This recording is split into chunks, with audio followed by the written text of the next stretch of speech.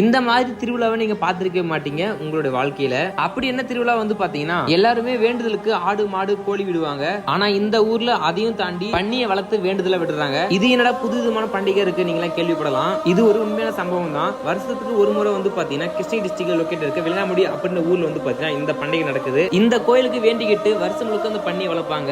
அதுவும் ஒவ்வொரு பன்னி வந்து பாத்தீங்கன்னா 350 kg மேலே இருக்கும். இவங்க இந்த பன்னிகளை வளர்க்கறதே வந்து பாத்தீங்கன்னா இந்த கோயிலுக்காக தாங்க.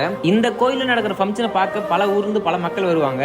நீ என்னடா பண்றேன்னு கேட்காதீங்க. சோ நானும் இந்த ஊருக்காரன் தான். இந்த கோயில்ல இது மட்டும் இல்லாம பொங்கல் வைக்கிறது, மாவிளக்கு இருக்கிறது அவங்க வேண்டிக்கிட்டு அவங்க பண்ணுவாங்க. ஃபைனலா இவங்க பரணை எடுத்து ஸ்டார்ட் பண்ணிடுவாங்க. சோ இங்க இதுதாங்க இம்பார்ட்டன்ட். இங்க அதுக்காகவே தனியா ஒரு பன்னி வந்து பாத்தீங்கன்னா வளர்த்து வச்சிருப்பாங்க. ஃபர்ஸ்ட் கடவுளுக்கு முதல்ல ஒரு பன்னியை பலி கொடுத்த அப்புறம் தான் மத்த எல்லா பன்னியும் வந்து பாத்தீங்கன்னா பலி கொடுப்பாங்க. பரண பன்னியை பலி கொடுத்த அப்புறம் இவங்க வந்து பாத்தீங்கன்னா பச்சையவே அந்த கறியெல்லாம் சாப்பிடுவாங்க. உண்மையே இதெல்லாம் நேர்ல பார்க்கவே முடியாது. அதுக்கப்புறம் பலி கொடுத்த பன்னி எல்லாத்தையும் அங்கேயே சுட்டு அங்கேயே பங்கு போட்டு வித்துருவாங்க. அடுத்த வருஷம் மறக்காம இந்த இடத்துல சிட் பண்ணி